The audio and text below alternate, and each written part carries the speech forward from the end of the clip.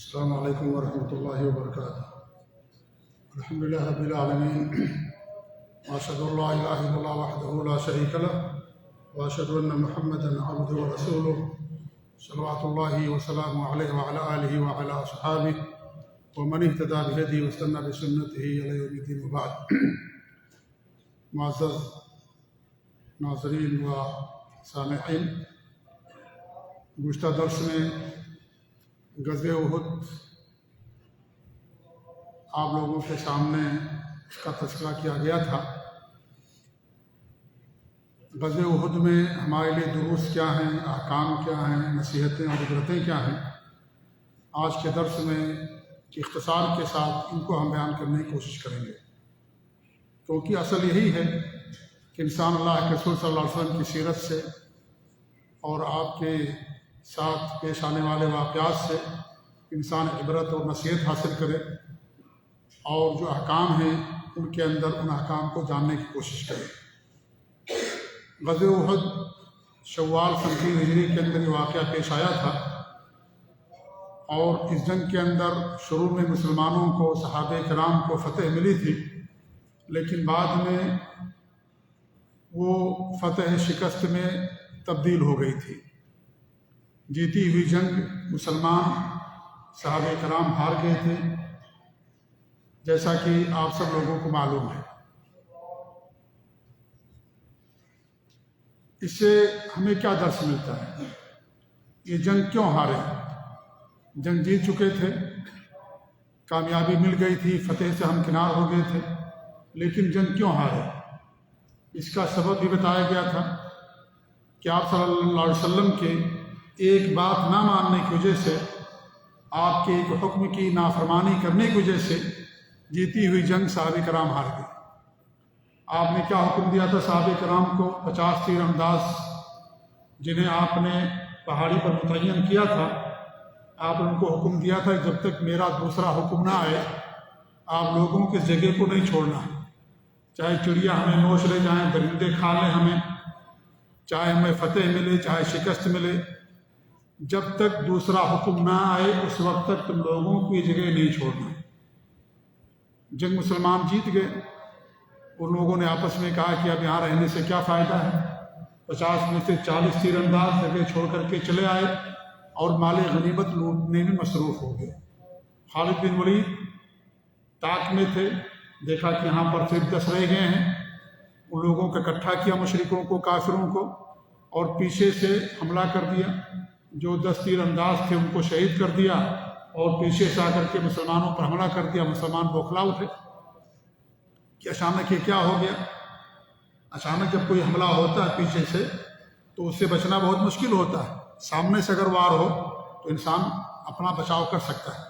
مسلمان بوکھلا گئے، اتنی بڑی بوکھلاہٹ ہو گئی کہ مسلمان سمجھ نہ سکے، اور بہت سارے صحابہ کو ایک مسلمانوں نے خود اپنے ہاتھوں سے قتل کر دیا، اتنی بوکھلاہٹ ہو گئی۔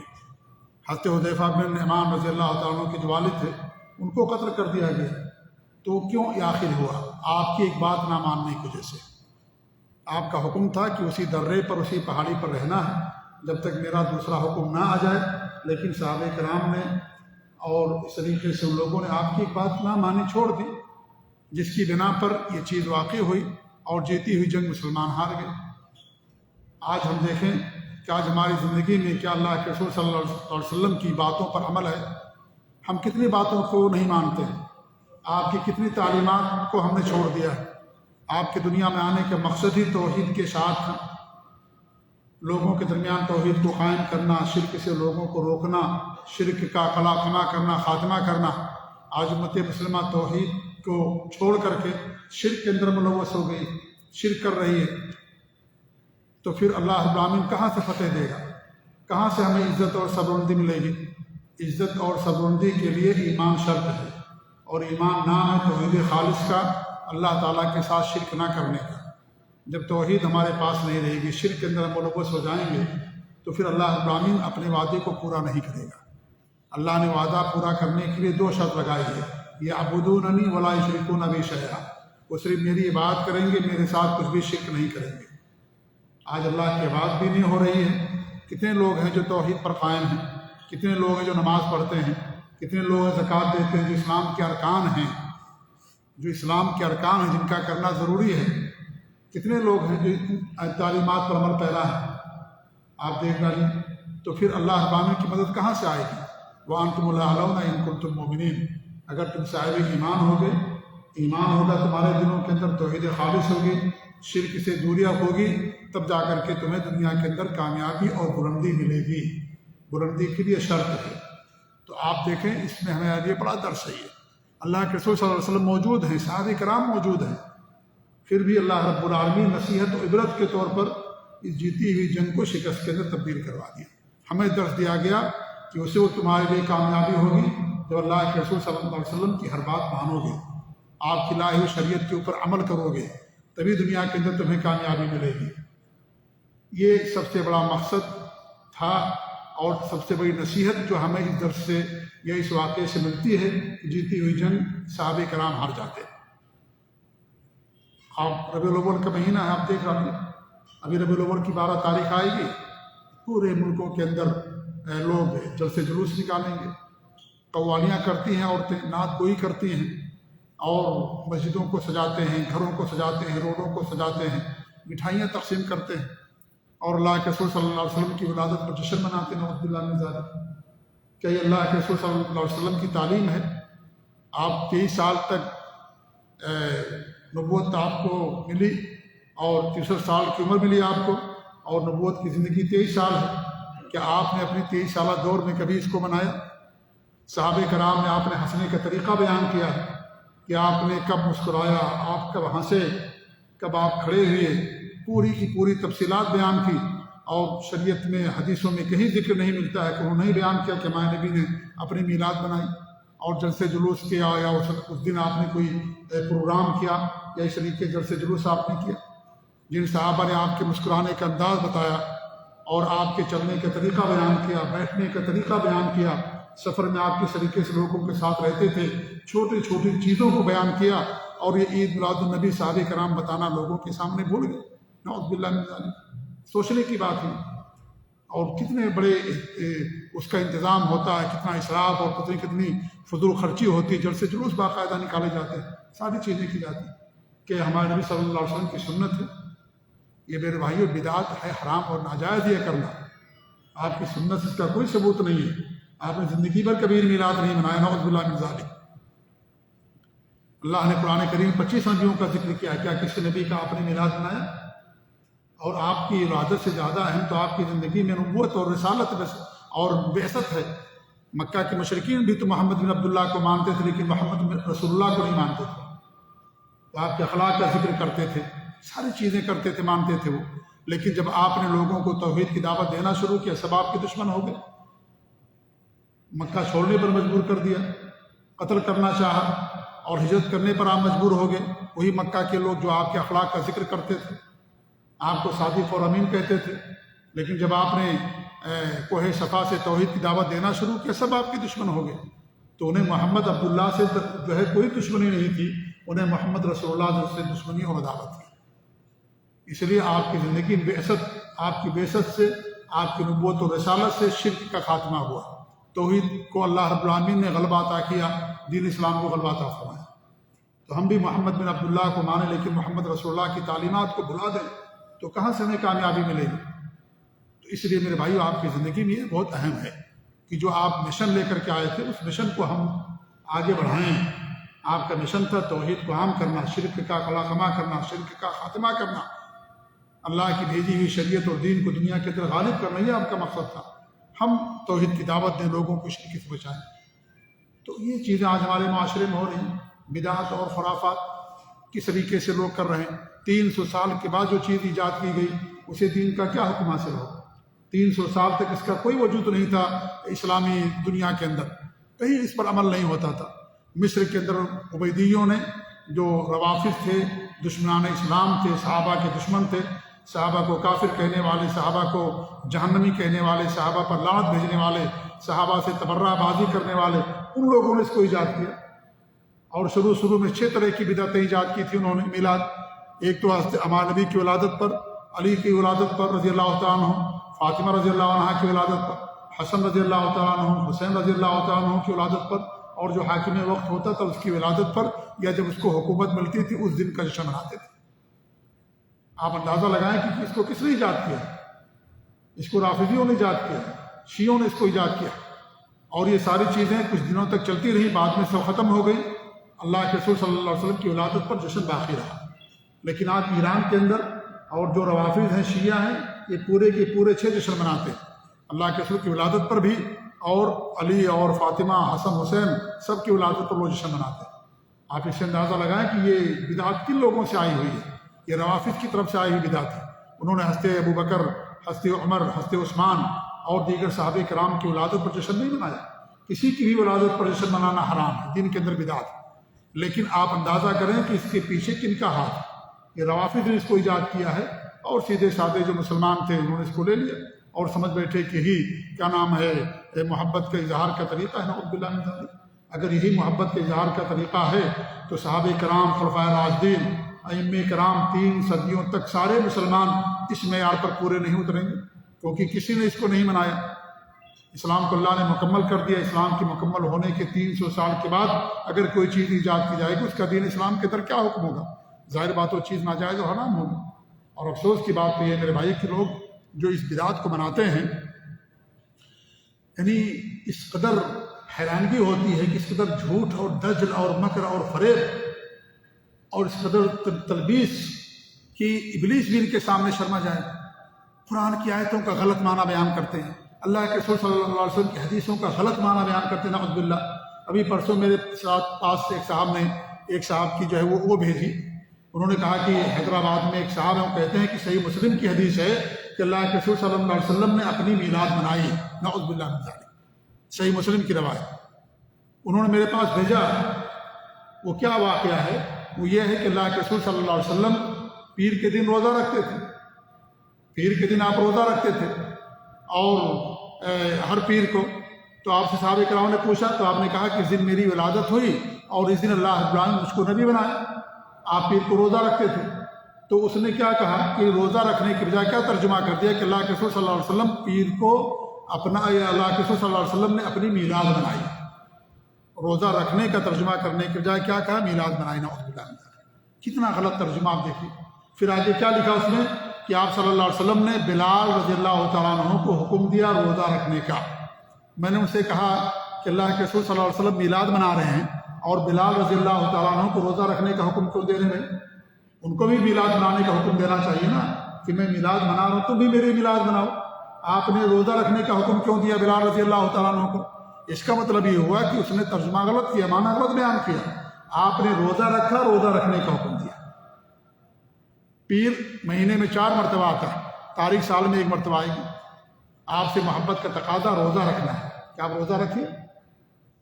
اب نبی کی سنت ہے، پیر اور جمعرات کا روزہ رکھتے تھے آپ صلی اللہ علیہ وسلم۔ تو دیکھیے کس قدر غلط ترجمہ، کس قدر غلط معنی۔ صحیح مسلم کی صاف روایت کہ آپ صلی اللہ علیہ وسلم نے اس دن روزہ رکھا، تو روزہ رکھنے کے بجائے یہ کر دیا کہ آپ نے اپنی میلاد منائی، نعوذ باللہ من ذلک۔ یعنی انہی کے بارے میں کہا تھا علامہ اقبال نے کہ لوگ ایسے ہیں جو خود نہیں بدلیں گے، قرآن کو بدل دیتے ہیں۔ اس طریقے کے مسلمان ہیں۔ قرآن کی آیتوں کا غلط معنی اللہ رب العالمین نے سورہ یونس کے اندر جو بیان کیا ہے، قل بفضل اللہ برحمتہ فبذلک فلیفرحوا وہو خیر مما یجمعون۔ یہ جو آیت کریمہ ہے کہ اللہ کا فضل، اللہ کی رحمت سے خوش ہو جاؤ، تو کہتے ہیں کہ اللہ کی رحمت، اللہ کا فضل آپ کی ولادت، لہذا قرآن کی آیت سے معلوم ہوتا ہے کہ ہمیں اللہ کے رسول کی میلاد منانا چاہیے۔ قرآن کہتا ہے میلاد مناؤ۔ قرآن کی آیت کا یہ معنی اور مطلب بیان کرتے ہیں، نعوذ باللہ من ذلک۔ آپ سوچئے کس قدر غلط معنی بیان کیا جاتا ہے۔ بھئی یہ قرآن کس پر اللہ نے نازل کیا؟ یہ قرآن اللہ رب العالمین نے نبی پر نازل کیا۔ سب سے زیادہ قرآن کا سمجھنے والے اللہ کے رسول صلی اللہ علیہ وسلم تھے۔ آپ کے بعد آپ کے صحابہ کرام تھے۔ کسی صحابی نے اس کا معنی نہیں سمجھا میلاد منانا، ہمارے نبی نے نہیں سمجھا، خلفائے راشدین نے سمجھا، اور آج 14 سال کے بعد ایک آدمی آتا ہے اور کہتا ہے قرآن کی آیت کا مطلب ہے اللہ کے رسول کی میلاد منانا، نعوذ باللہ من ذلک۔ 1400 سال تک مسلمان اس آیت کا مطلب ہی نہیں سمجھے، ہمارے نبی نہیں سمجھے اس آیت کا مطلب، صحابہ کرام نہیں سمجھے۔ اس پر اللہ نے قرآن نازل کیا، جنہوں نے قرآن کا نزول اپنی آنکھوں سے دیکھا، صحابہ کرام جو سب سے زیادہ عربی زبان کو جاننے والے تھے، انہوں نے اس کا مطلب نہیں سمجھا کہ اس کا مطلب میلاد منانا ہے۔ 1400-1300 سال کے بعد ایک آدمی آتا ہے اور کہتا دیکھو قرآن میں میلاد منانے کا حکم موجود ہے، میلاد مناؤ۔ اب آپ دیکھیے کس قدر قرآن کی تحریف، کس قدر قرآن کے معنی کو بدل دینا۔ الفاظ تو نہیں بدل سکتے تھے قرآن کا، لیکن معنی بدل دیا، معنی بدل دیا، انہوں نے دوسرا معنی بیان کر دیا۔ تو وہی تو بات ہو گئی، قرآن تو صحیح باتوں کی تعلیم کے لیے آیا ہے، بدعات اور خرافات کی تعلیم کے لیے نہیں آیا۔ آپ نے قرآن کو بدعات اور خرافات کی تعلیم کا ذریعہ سمجھ لیا، نعوذ باللہ من ذلک۔ تو آج یہ صورتحال کی خوشی ہمیں ہے، لہذا خوشی منانا چاہیے۔ بھئی صحابہ کرام کو بھی خوشی تھی، ہمارے نبی کو خوشی تھی، ہمارے نبی نے روزہ رکھا، صحابہ کرام نے روزہ رکھا، آپ بھی روزہ رکھیں۔ یہ خوشی کا اظہار ہے۔ خوشی کے اظہار کا مطلب یہ نہیں کہ آپ بدعات خرافات کرنے لگیں۔ آپ کو اللہ نے مال دیا ہے، اب آپ خوشی میں عیاشی کرنا شروع کر دیں، زناکاری شروع کر دیں، فحاشی کڈے بنانا شروع کر دیں، غلط جگہوں پر جا کر کے فلمیں اور آرکیسٹرا اور ڈرامہ کرنا شروع کر دیں۔ اللہ نے مجھے مال دیا ہے، خوشی ہے میرے پاس، بہت مال ہے میرے پاس، کیا یہ صحیح ہوگا؟ قطعاً صحیح نہیں ہوگا۔ بھئی خوشی کے اظہار کا ضابطہ بھی بتایا گیا، کیسے آپ کو خوشی کا اظہار کرنا۔ عید خوشی کا دن ہے تو کیا کریں گے؟ اس دن جا کر کے جوا کھیلیں گے، اس دن جا کر کے شرک کریں گے اور جا کر کے اس دن حرام کام کریں گے؟ نہیں، خوشی کا دن تھا۔ ہمارے نبی صلی اللہ علیہ وسلم تشریف فرما تھے، بچیوں نے کہا کہ ہمارے درمیان ایک ایسا نبی جو کل کی باتوں کو جانتا ہے، ہمارے نبی ان کو منع کر دیا۔ خوشی کا دن تھا لیکن آپ نے غلط بات کہنے سے منع کر دیا۔ تو خوشی کا مطلب یہ نہیں کہ انسان شریعت کو چھوڑ دے۔ شادی بیاہ ہے، خوشی کا دن ہے، آپ جو ہے گانا بجانا شروع کر دیں اور فلمیں دکھانا شروع کر دیں اور بارات بجانا شروع کر دیں، جو حرام کام ہے، نہیں صحیح ہوگا۔ خوشی ہے، خوشی شریعت کے دائرے میں ہوگی، شریعت کے دائرے میں خوشی کا اظہار کیا جائے گا، شریعت سے ہٹ کر کے نہیں کیا جائے گا۔ ہم سب شریعت کے پابند۔ تو یہ چیز دیکھیے کس طریقے سے قرآن کا معنی غلط بیان کر دیا۔ اللہ کہتا ہے وَأَمَّا بِنِعْمَةِ رَبِّكَ فَحَدِّثْ، اپنے رب کی نعمتوں کو بیان کیجئے۔ اللہ کے رسول کی ولادت ایک نعمت ہے، لہذا ہم بیان کرتے ہیں لوگوں کو اور ہم جل سے جلوس نکالتے ہیں، نعوذ باللہ من ذلک۔ ایسا غلط معنی صحابہ کرام نے اس کا معنی یہ مطلب نہیں سمجھا۔ 1300 سال تک کوئی نہیں سمجھا، 1400 سال تک، اور آپ یہ معنی سمجھ رہے ہیں۔ اس کا مطلب یہ ہے کہ صحابہ کرام بغیر سمجھے ہوئے چلے گئے، نعوذ باللہ، انہوں نے یہ عبادت کیا ہی نہیں۔ تو میرے بھائیوں، یہ کیوں ایسا ہو رہا ہے؟ یہ اس لیے ہو رہا ہے کہ لوگوں نے اللہ کے رسول کی باتوں کو چھوڑ دیا، آپ کی تعلیمات کو چھوڑ دیا۔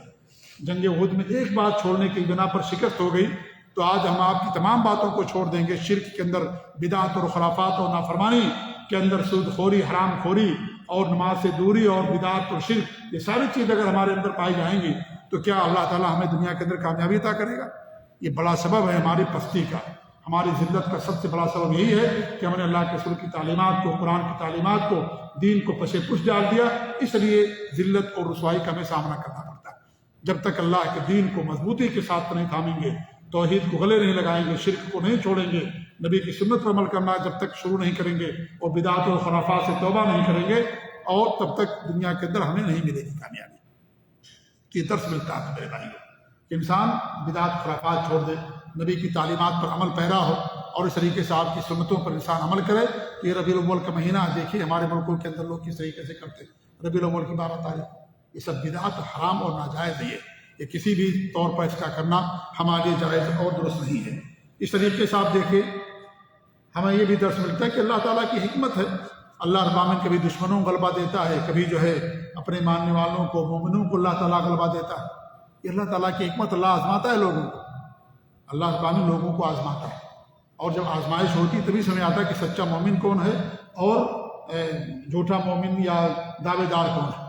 یہ آزمائش اللہ رب العالمین کی کہ اللہ کے رسول پر ایمان لانے میں کون لوگ۔ اب آپ دیکھیے جب غزوہ احد ہوئی کا جو منافقین تھے ان کا ٹولہ نکل گیا، آزمائش ہوئی کہ نہیں ہوئی؟ اللہ نے جو ہے آزمائش کی اور سارے لوگ نکل گئے، 300 لوگوں کو لے کر نکل گیا جو منافقوں کا سردار تھا۔ تو اللہ تعالیٰ آزمائش کرتا ہے، آزمائش ہوتی ہے تب انسان سمجھ آتا ہے کہ سچا مومن نہیں ہے۔ آپ کے پاس خوشحالی ہے، آپ کے پاس خوب مال دولت کی ریل پیل ہے، سب آپ کے دوست ہیں، لیکن جب آپ کے پاس برا یعنی وقت آ جائے یا اس طریقے سے آپ کے پاس مال نہ رہے، بیماری میں یا اور اس میں ملوث آپ مبتلا ہو جائیں، اس وقت آپ کا کون ساتھ دیتا ہے؟ وہی آپ کا سچا دوست ہے، وہ آپ کا سچا ساتھی ہے۔ جب آپ کے پاس مال دولت ہے، سب کو کھلا رہے پلا رہے، سب آپ کے دسترخوان پر آئیں گے، سب آپ سے سلام کریں گے، سب آپ سے ملاقات کریں گے، لیکن جب آپ کے پاس پریشانی ہو، مصیبت ہو، تنگی ہو، اس وقت کوئی آپ کا ساتھی، وہ آپ کا سچا ساتھی ہی ہوتا ہے۔ تو اللہ تعالیٰ آزماتا ہے کہ کون سچا مومن ہے کون سچا مومن نہیں ہے۔ اس لیے اللہ رب العالمین نے شکست دی آزمائش کے لیے۔ شادی ہوتی ہے، اولاد دینے والا اللہ رب العالمین ہے۔ 10 سال ہو گیا اولاد نہیں ہوئی، بھائی جو فلاں مزار پر جاؤ، فلاں پیر کے پاس جاؤ، یہ کر لو اولاد مل جائے گی، فلاں عورت نے ایسا کیا، فلاں خاندان نے ایسا کیا، ان کو مل گیا۔ بھی اللہ تعالیٰ آزماتا ہے۔ اللہ تعالیٰ کبھی نعمت دے کر کے آزماتا، کبھی نعمت چھین کر کے آزماتا، کبھی مال دے کر کے آزماتا، کبھی مال نہ دے کر کے آزماتا، کبھی اولاد دے کر کے اللہ آزماتا، کبھی اولاد نہ دے کر کے اللہ تعالیٰ آزماتا۔ خیر اور شر دونوں طریقے سے اللہ العالمین لوگوں کو آزماتا ہے۔ تو اللہ تعالیٰ کی آزمائش ہوتی ہے کہ کون توحید پر ہے کون نہیں ہے، کون سنت پر ہے کون نہیں ہے۔ یہ نہیں کہ شادی ہوئی اولاد نہیں ہوئی تو ہم غلط کام کر دیں، شرک کرنا شروع کر دیں، مزاروں پر جانا شروع کر دیں، پیر اور فقیروں اور ولیوں کے پاس اور درگاہوں کا چکر لگانا شروع کر دیں۔ نعوذ باللہ من ذالک۔ یہ اللہ تعالیٰ کی طرف سے آزمائش ہوتی ہے۔ اللہ رب العالمین نے آزمایا، تو یہ بھی ایک حکمت تھی کہ جیتی ہوئی جنگ ہار گئے لوگ، کیونکہ اللہ رب العالمین کی آزمائش تھی کہ کون ثابت قدم رہتا ہے اور کون ثابت قدم نہیں رہتا ہے۔ اس طریقے سے افواہ کے بڑے نقصانات ہیں میرے بھائیوں۔ اس جنگ کے اندر بھی افواہ پھیلائی گئی۔ کیا افواہ تھی؟ کہ ہمارے نبی کو قتل کر دیا گیا، یہ افواہ کافروں نے پھیلائی۔ اور اس طریقے سے صحابہ کرام نے جب یہ سنا تو ان کے حوصلے پست ہو گئے۔ تو افواہ کے بڑے نقصانات ہیں۔ حضرت عثمان رضی اللہ تعالیٰ کی جو خلافت بھی افواہ کے نتیجے میں گئی۔ لوگوں نے آپ کے خلاف بہت افواہ پھیلایا، آپ کے خلاف کہ آپ نعوذ باللہ ایسا کرتے ہو، ایسا سب جھوٹی باتیں تھیں، سب افواہ تھے۔ تو افواہ کے بڑے نقصانات ہیں، اس لیے شریعت کے اندر منع کیا گیا ہے کوئی خبر آپ تک پہنچے آپ کیا کرو، اس کی تحقیق کر لیا کرو۔ ابھی سعودی عرب میں سمجھتا ہوں دنیا کے اندر یہ واحد ملک ہے کہ جس کے خلاف سب سے زیادہ پروپیگنڈا اور افواہ پھیلائی جاتی ہے۔ سب سے زیادہ افواہ پروپیگنڈا سعودی عرب کے خلاف کیا جاتا ہے۔ آپ سب لوگوں نے سنا ہوگا کہ یہاں کے جو سابق امام، مکے کے امام تھے شیخ صالح آل طالب، BBC نے خبر اڑائی، جھوٹی خبر، اور ہر مسلمان ملکوں کے اندر جھوٹی خبر اڑائی گئی کہ ان کو 10 سال کی سزا دی گئی اور اس طریقے سے ان کو جیل کے اندر ڈال دیا گیا۔ سب کے سب جھوٹی خبر، اس کا حقیقت سے دور کا بھی کوئی واسطہ نہیں ہے، کوئی واسطہ اس کا نہیں ہے۔ وہ اپنے گھر کے اندر ہیں، ہاں ان کو امامت سے ہٹایا گیا۔ جی آپ کی مسجد کے اندر امام ہوتا ہے کیا؟ ایک مسجد کے امام اور خطیب زندگی بھر رہتا ہے؟ آپ کے مدرسے یونیورسٹی میں پڑھاتے ہیں بچے اور اساتذہ، کیا زندگی بھر وہ رہتے ہیں؟ آپ بھی ان کو ہٹا دیتے ہیں، کہیں اور چلا جاتا ہے وہ۔ بھئی ہر ملک کے لیے کچھ سیاست ہوتی ہے، ہر ملک کے کچھ اصول اور ضابطے ہوتے ہیں۔ ان کو امامت سے ہٹایا گیا۔ امامت سے ہٹانے کی بنا پر اب آپ کے امام صاحب ہیں، ان کو یہاں سے ہٹا دیا جائے تو کیا کریں گے آپ؟ افواہ پھیلائیں گے، نعوذ باللہ من ذالک۔ ہر مسجد کے امام ہوتے ہیں، بدلتے رہتے ہیں، کوئی یہاں سے وہاں جاتا ہے، دوسری جگہ آتا ہے، ہٹا دیا جاتا ہے۔ مدرسوں کے اندر ہوتا ہے، تو افواہ اتنی بری پھیلائے گی کہ 10 سال ان کو جیل کیا گیا اور اس طریقے سے ان کے اوپر جرمانہ بھی عائد کیا گیا اور 10 سال ان کو جیل میں ڈال دیا گیا اور جیل کے اندر موجود ہے۔ نعوذ باللہ من ذالک۔ کتنی جھوٹی خبر، جو سعودی عرب کے خلاف باقاعدہ ایک پوری لابی ہے، ایسی خبریں بناتے ہیں۔ BBC لوگوں نے رابطہ کیا، کہا کہ بھائی ایک صاحب ہیں، ان کے جو ہے 1 ملین فالورز ہیں، انہوں نے خبر شائع کی تھی، میں نے وہی شائع کر دیا۔ آپ دیکھیں کتنا بڑا دشمن ہے یہ، کس قدر دشمن۔ بڑے بڑے ملکوں بہت بڑی باتیں ہو جاتی، کوئی خبر نہیں ہوتی، یہاں چھوٹی سی بات ہوتی، اس طریقے سے لوگ اس کو لے اڑتے ہیں۔ تو افواہ کے بڑے نقصانات ہیں میرے بھائی۔ اللہ رب العالمین نے قرآن میں ہمیں ایک اصول دیا ہے، جب تمہیں کوئی خبر پہنچے تحقیق کر لیا کرو بھائی، تحقیق کر لو، پوچھو لوگوں سے کہ صحیح ہے کہ غلط ہے۔ یہ نہیں کہ اس کو پھیلانا شروع کر دو اور اس کو لوگوں کے اندر عام کرنا شروع کر دو، یہ اصول اور ضابطہ نہیں دیا گیا۔ تو افواہ کے بہت زیادہ نقصانات ہیں شریعت کے اندر۔ انسان افواہ سے بچے، افواہ نہ پھیلائے۔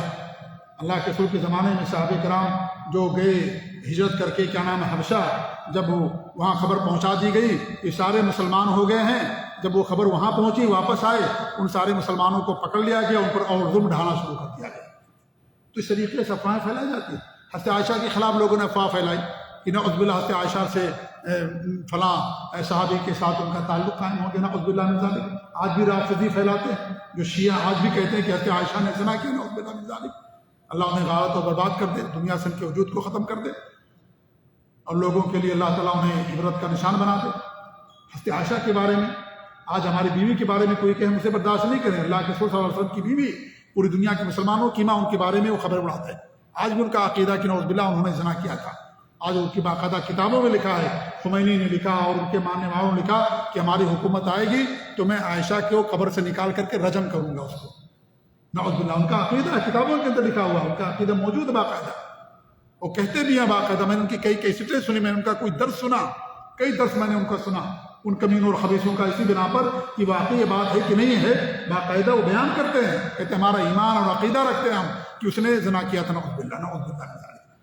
آپ صلی اللہ علیہ وسلم کی بیوی، آج ہماری بیوی ہماری ماں کے بارے میں کوئی کہے، آپ سوچئے کس قدر خبیث لوگ ہیں، کس قدر دشمن ہیں ہمارے نبی کے اور صحابہ کے، اور یہ رافضی اور شیعہ، اور یہاں کے جو شیعہ ہیں جو ان کا بھی عقیدہ ہے، ہم نے کہا یہاں کے شیعہ شاید کچھ صحیح ہوں گے، ان کا بھی میں نے درس سنا قطیف کے ایک جو شیعہ عالم کا، میں نے درس سنا، اس نے درس کے شروع میں کہا کہ ہمارا ایمان ہے، ہم عقیدہ رکھتے ہیں کہ عائشہ نے زنا کیا تھا، زنا کیا 3 بار اس نے کہا، نعوذ باللہ من ذالک۔ ہم نے کہا شاید ان کے یہاں کچھ صحیح ہوگا، لیکن اس طرح کے عقیدہ رکھتے ہیں، نعوذ باللہ من ذالک۔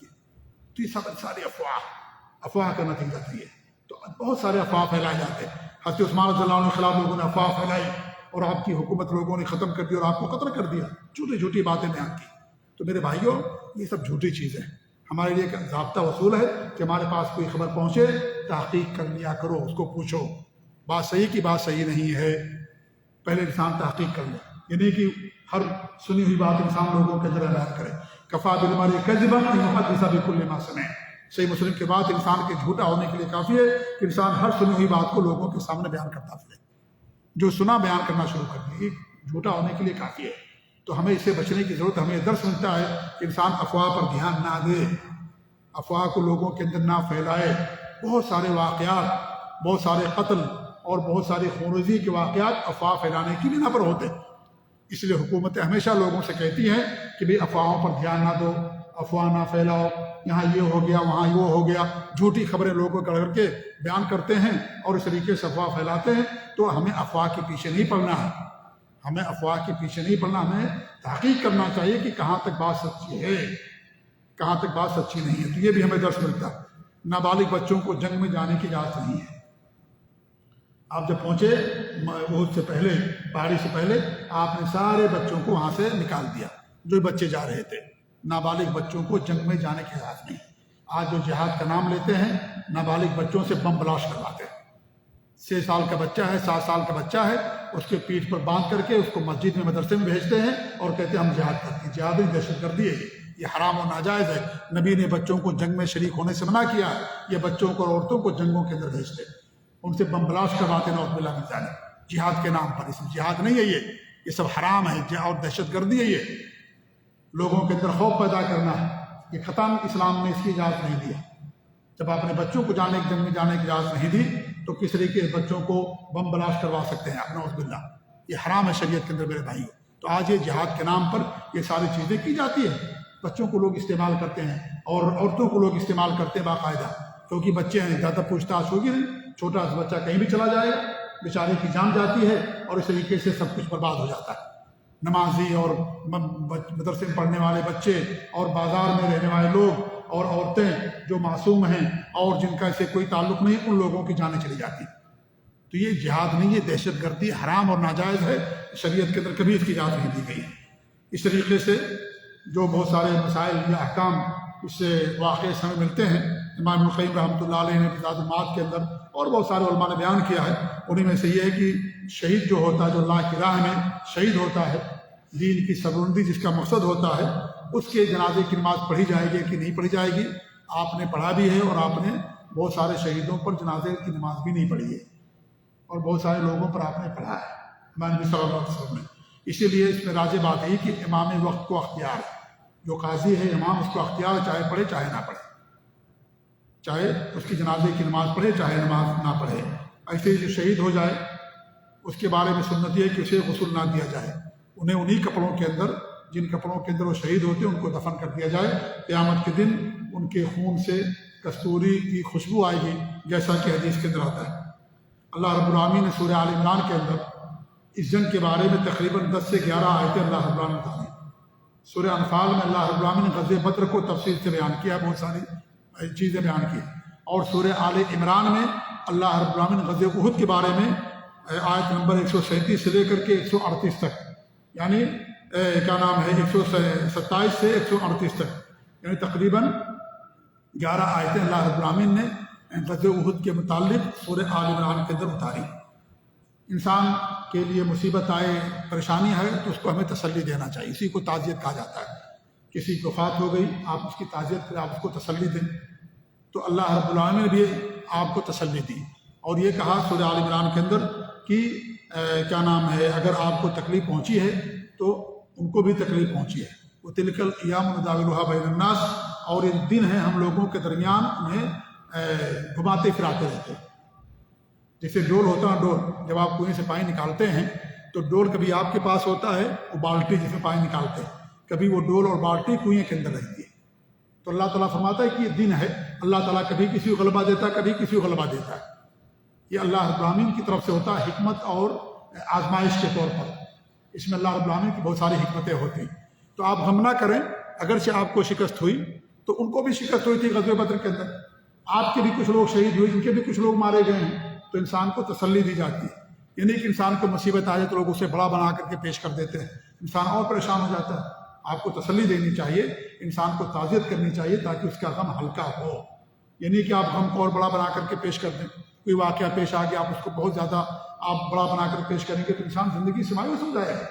اسے تسلی دینی چاہیے، جب انسان کو مصیبت آئے، تکلیف ہو، پریشانی ہو، انسان تسلی دے تاکہ اس کے جذبات صحیح ہوں، اس کو ڈھارس بدے اور اس کو تسلی ملے۔ جیسے اللہ رب العالمین نے آپ کو تسلی دی کہ کوئی بات نہیں، ہوتا رہتا جنگ کے اندر میں، جی ہاں، اور اگر آپ کو تکلیف پہنچی تو ان کو بھی تکلیف پہنچی ہے۔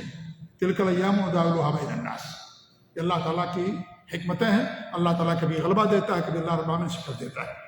اس طریقے سے یہ بھی علماء نے بیان کیا ہے کہ اگر کوئی مسلمان جنگ کے اندر قتل ہو جائے مسلمان کے ہاتھ سے تو بیت المال سے اس کی دیت دی جائے گی، کیونکہ جان بوجھ کر کے نہیں قتل کیا، انجانے میں قتل ہوا، تو بیت المال سے جو ہے اس کو دیت دی جائے گی۔ اس طریقے سے اس واقعے کو بنیاد بنا کر کے ہمارے ہاں لوگ کیا کرتے پتہ ہے، حلوہ کھاتے ہیں۔ کب کھاتے ہیں؟ کیا نام ہے، شب برات میں، شعبان کے مہینے میں لوگ شب برات مناتے ہیں، اسی واقعے کی بنیاد پر کہ ہمارے نبی کے دانت ٹوٹے تھے اس جنگ کے اندر، آپ نے حلوہ کھا تو لہٰذا ہم بھی حلوہ کھاتے ہیں۔ واقعہ کب پیش آیا؟ شوال کے مہینے۔ حلوہ کب کھاتے ہیں؟ شعبان کے مہینے میں۔ شعبان یعنی 2 مہینہ پہلے حلوہ کھاتے ہیں، اور واقعہ کب پیش آیا؟ شوال کے مہینے میں جو ہے یہ واقعہ پیش آیا، اور حلوہ 2 مہینہ پہلے کھاتے ہیں۔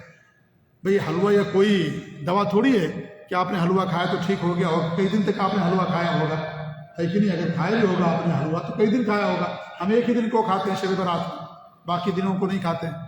تو یہ سب لوگوں نے دیکھے سنت جو ہے چھوڑ دیا لوگوں نے، اور دانت تو نہیں توڑواتے ہیں، بعد دانت توڑوائے بغیر لوگ حلوہ کھاتے ہیں۔ ہمارے نبی کے دانت توڑے گئے تب آپ نے حلوہ کھایا تھا، آپ کے دانت صحیح سالم ہے، تندرست ہے، سب کچھ ہے، آپ حلوہ کھا رہے ہیں۔ یہ آپ حلوہ کھائے کوئی نہیں منع کرتا ہے، لیکن نبی کی سنت کے نام پر کھانا یہ چیز غلط ہو جاتی ہے۔ آپ حلوہ کبھی بھی کھائیے، لیکن ایک دن خاص کر دیں کہ نبی کی سنت حلوہ کھانا، وہ نبی کی سنت بھول جائیں، دانت توڑوانے والی سنت اور حلوہ کھانے والی سنت ضرور یاد رکھیں ہیں۔ تو یہ نبی کی سنتوں سے محبت کی دلیل نہیں ہے۔ تو لوگ اسی واقعے کی بنیاد پر شب برات کے اندر حلوہ کھاتے ہیں۔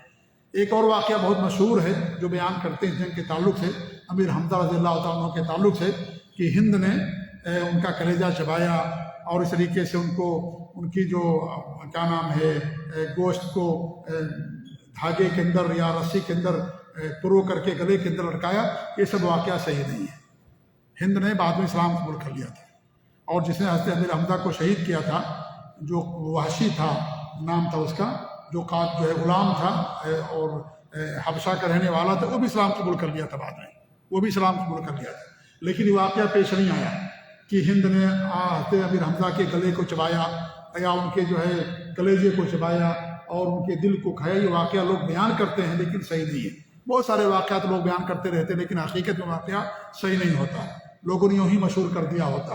تو انہیں میں سے یہ بھی ایک واقعہ کہ واقعہ صحیح جو ہے ثابت نہیں ہے۔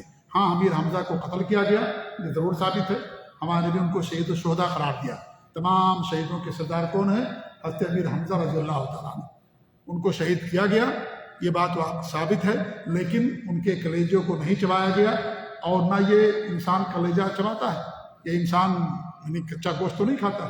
تو اس طریقے سے جو واقعہ بیان کیا گیا ہے یہ واقعہ صحیح نہیں ہے۔ جی ہاں، اللہ تعالیٰ دعا کہ اللہ رب العالمین ہمیں اپنے نبی کی سنتوں پر قائم رکھے، توحید پر قائم رکھے، اللہ تعالیٰ شرک اور بدعت اور خرافات سے ہم سب کو محفوظ رکھے، آمین۔ وصلی اللہ علیہ محمد وعلیٰ آلہ وصحبہ اجمعین، جزاکم اللہ خیر، والسلام علیکم و رحمۃ اللہ وبرکاتہ۔